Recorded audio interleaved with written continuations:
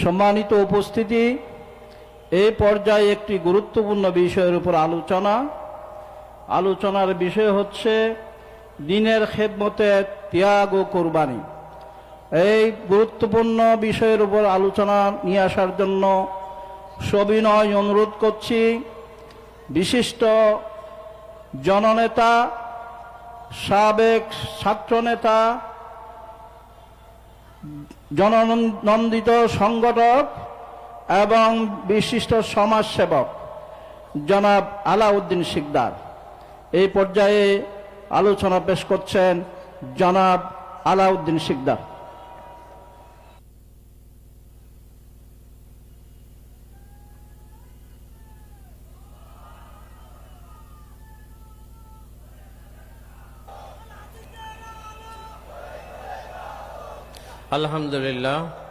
আলহামদুলিল্লাহ রাব্বিল আলামিন, ওয়াসসালাতু ওয়াসসালামু আলা সাইয়্যিদিল মুরসালিন ওয়া আলা আলিহি ওয়া সাহবিহি আজমাইন।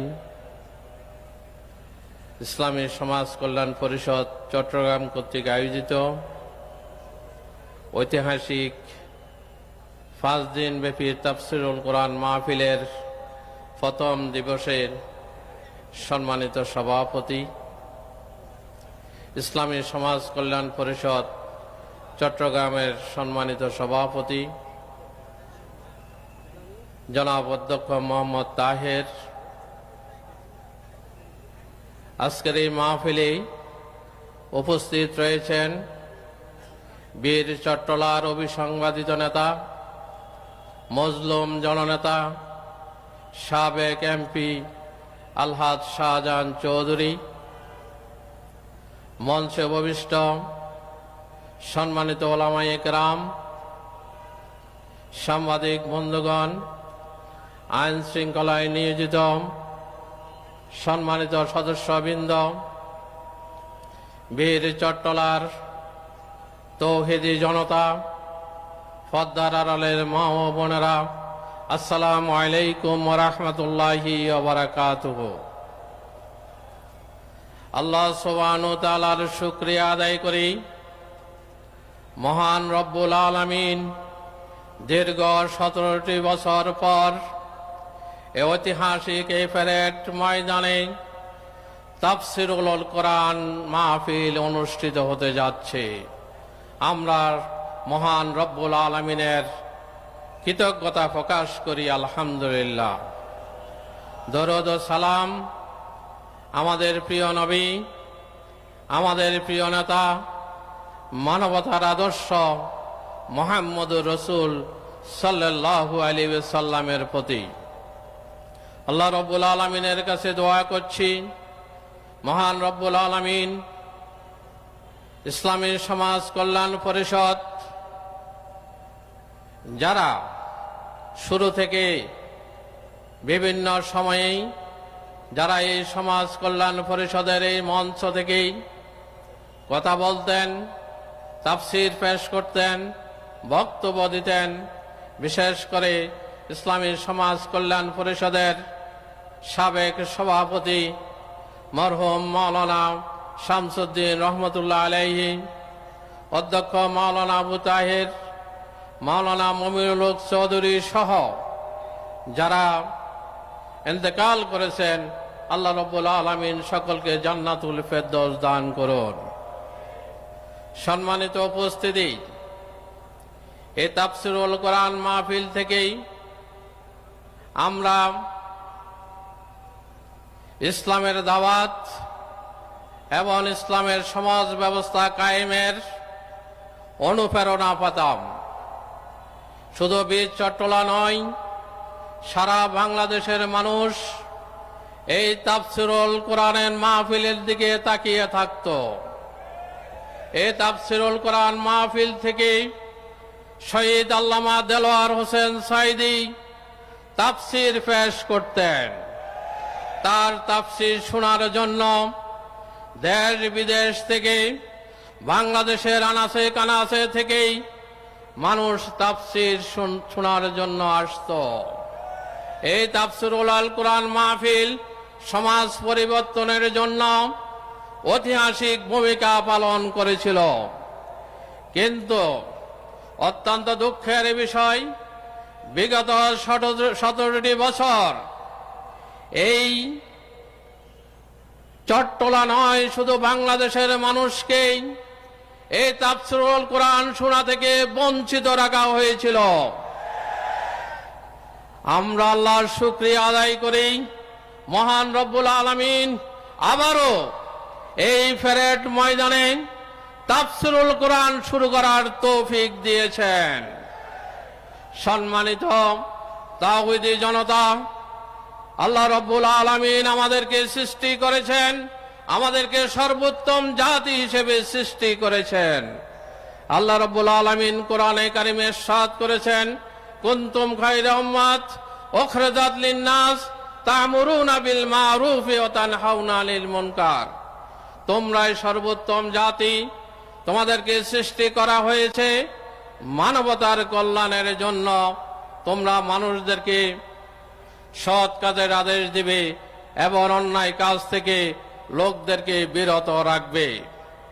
আমাদের প্রিয় নবী মুহাম্মদুর রাসূল সাল্লাল্লাহু আলাইহি ওয়াসাল্লাম নবুয়ত প্রাপ্তির পর থেকে এই ইসলামের দাওয়াত, দ্বীনের দাওয়াত দেওয়ার জন্য তিনি গোপনে গোপনে দাওয়াত দিয়েছেন, তিনি প্রকাশ্যে দাওয়াত দিয়েছেন।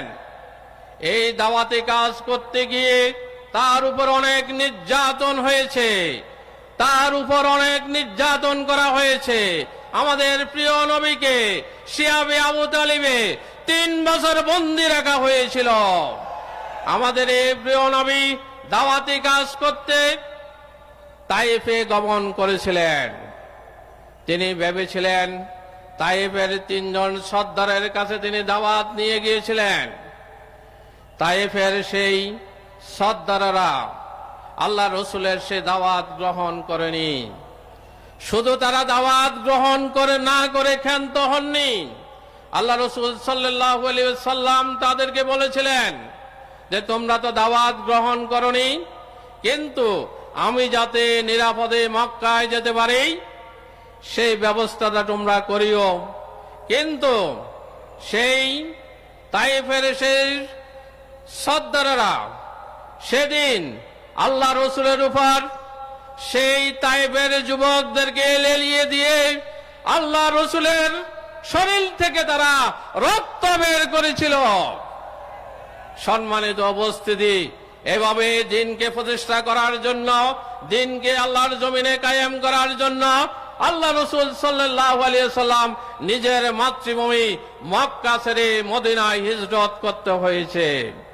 আল্লাহ রসুল সাল্লাল্লাহু আলাইহি ওয়াসাল্লাম অনেকগুলো যুদ্ধ করতে হয়েছিল এই দিনকে কায়েম করার জন্য।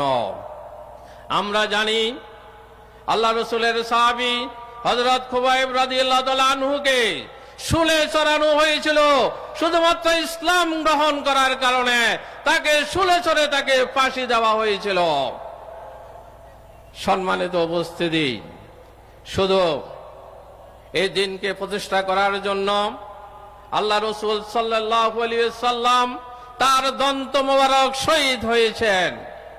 আমরা আজকে দেখতে পেয়েছি এই বাংলার জমিনও যারা এই দিনের দায়ী ছিলেন, যারা আল্লাহর জমিনে আল্লাহর দিনকে প্রতিষ্ঠা করার জন্য যারা কাজ করেছিলেন, তাদেরকে বন্দী করা হয়েছিল, তাদেরকে জেলে নির্যাতন করা হয়েছিল, তাদেরকে আইনা করে বন্দী রাখা হয়েছিল, তাদেরকে শহীদ করা হয়েছিল। তারপরও বাংলাদেশের এই জমিনে ইসলাম কায়েমের আন্দোলন থেমে যায়নি। তারা এই দিনের দায়ীদেরকে নির্বিচারে হত্যা করেছিল।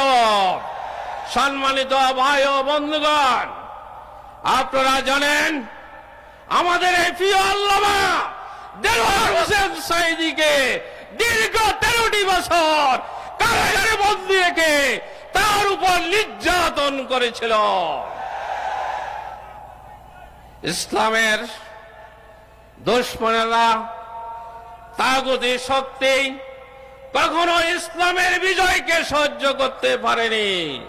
তারা ইসলামী সমাজ বিনির্মাণের প্রতিটি পদক্ষেপে, প্রতিটি পদে পদে তারা বাধা দিয়েছিল। তারা এদেশের আলেম ওলামা যারা দিন প্রচার করেছিলেন, যারা দিন প্রতিষ্ঠার কথা বলেছিলেন, তাদের উপরে নির্যাতন করা হয়েছে। আপনারা দেখেছেন 5ই মে শাপলা চত্বরে নিরীহ আলেম ওলামাদের উপর কিভাবে নির্যাতন করা হয়েছিল। তাদের উপর গুলি করে রাতের অন্ধকারে তাদেরকে হত্যা করেছিল।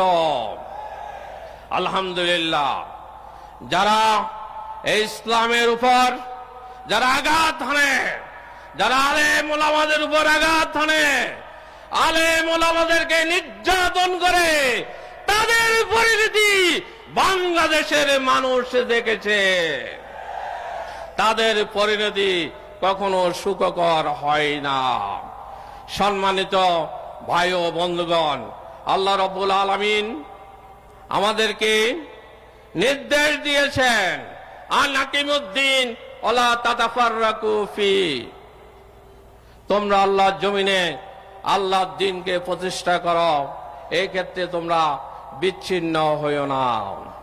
এই আল্লাহর জমিনে আল্লাহর দ্বীনকে প্রতিষ্ঠা করতে হলে, এখানে দাওয়াতি কাজ করতে হলে বাধা আসবে, নির্যাতন আসবে, জুলুম আসবে, ফাঁসির কাষ্ট জ্বলতে হতে পারে। তারপরও দ্বীনের দায়ীরা কখনো এই পথ থেকে বিচ্যুত হয় নাই, হবে না। বীর চট্টলার সংগ্রামী ভাই ও বন্ধুগণ, সম্মানিত তাওহীদি জনতা, আমরা বাংলাদেশের এই ময়দান থেকে, এই তাফসীরুল কোরআন ময়দান থেকে ইসলামী সমাজ ব্যবস্থা কায়েমের কথা বলি। এই ইসলামী সমাজ ব্যবস্থা কায়েম হলে বাংলাদেশ থেকে সকল ধরনের জুলুম, নির্যাতন, অন্যায়, অবিচার দূরীভূত হবে। তাই আল্লাহ রাব্বুল আলামিন পবিত্র কোরআনে কারিমে ঘোষণা করেছেন, ইন্নাদ-দীনা ইনদাল্লাহিল ইসলাম, আল্লাহর কাছে মনোনীত জীবন ব্যবস্থার নাম হচ্ছে ইসলাম। আর ইসলাম হচ্ছে শান্তি। ইসলাম কায়েম হলেই সেখানে শান্তি আসবে। ইসলাম যদি পরিবারে কায়েম হয়, সেখানে শান্তি আসবে। ইসলাম যদি সমাজে কায়েম হয়, সেখানে শান্তি আসবে। ইসলাম যদি রাষ্ট্রে কায়েম হয়, সেখানে শান্তি বিরাজমান থাকবে। সুতরাং আল্লাহর জমিনে আল্লাহর দ্বীনকে প্রতিষ্ঠা করার জন্য আল কোরআনের ভিত্তিতে এই সমাজকে পরিবর্তন করতে হবে। আর যখনই এই সমাজকে পরিবর্তনের কথা বলা হবে, সৎ লোকের শাসন, আল্লাহর আইন এবং সৎ লোকের শাসনের কথা বলা হবে, তখন তাগুতি শক্তি এর বিরুদ্ধে উঠে পড়ে লেগে যাবে। আমরা দেখেছি বিগত সময়ও যারা কোরআনের কথা বলেছে, এই বিগত 17টি বছর বাংলাদেশের অনেক তাফসীর মাহফিল হতে পারেনি। তাফসীর মাহফিলকে বাধা দেওয়া হয়েছে। কেন বাধা দিয়েছেন? তারা বুঝতে পেরেছেন, এই কোরআনের তাফসীর যদি বাংলার জমিনে হয়, মানুষ যদি কোরআনকে বুঝতে পারে, কোরআনের সমাজ ব্যবস্থা বুঝতে পারে, তাহলে মানুষ কোরআনের পক্ষে চলে আসবে। এই জন্য তারা কোরআনের মাহফিলগুলো তারা বন্ধ করে দেওয়ার চেষ্টা করছে। আলহামদুলিল্লাহ, আর কোরআনের তাফসীর মাহফিল বন্ধ করে দেওয়ার কোনো সুযোগ থাকবে না। বাংলাদেশের তাওহীদি জনতা জীবন দিয়ে হলো এই সম্মানিত ভাই ও বন্ধুগণ, আমাদের এক মুফাসসিরকে তোমরা হত্যা করতে পেরেছো, কিন্তু বাংলার জমিনে হাজার হাজার মুফাসসির তৈরি হয়ে গিয়েছে। সুতরাং কেউ কোরআনের বিরুদ্ধে অবস্থান নেবেন না, কেউ রাসূলের জীবন আদর্শের বিরুদ্ধে কেউ অবস্থান নেবেন না। যারা কোরআন এবং রাসূলের আদর্শের বিরুদ্ধে যারা অবস্থান নেবেন, তারা ইতিহাসে রাস্তা করে নিক্ষিপ্ত হবেন। সম্মানিত ভাই ও বন্ধুগণ, আজকের এই তাফসীরুল কোরআন মাহফিল থেকে আহ্বান জানাচ্ছি, আমরা এই তাফসীরুল কোরআন মাহফিল থেকে দ্বীনের দাওয়াত আমরা মানুষের কাছে পৌঁছিয়ে দেব। আমরা মানুষের কাছে ইসলামী সমাজ বিনির্মাণের কথা মানুষের কাছে আমরা পৌঁছে দিব। আল্লাহ রাব্বুল আলামিন এই তাফসীরুল কোরআন মাহফিলকে তার রহমতের সাদুদ দিয়ে ডেকে রাখুন। এই তাফসীরুল কোরআন মাহফিল সফল হোক, আল্লাহর কাছে এই তৌফিক কামনা করে সবাইকে ধন্যবাদ এবং অভিনন্দন জানিয়ে আমার বক্তব্য এখানে শেষ করছি। ওমা তৌফিক ইল্লা বিল্লাহ। আসসালামু আলাইকুম ওয়া রাহমাতুল্লাহি ওয়া বারাকাতুহু।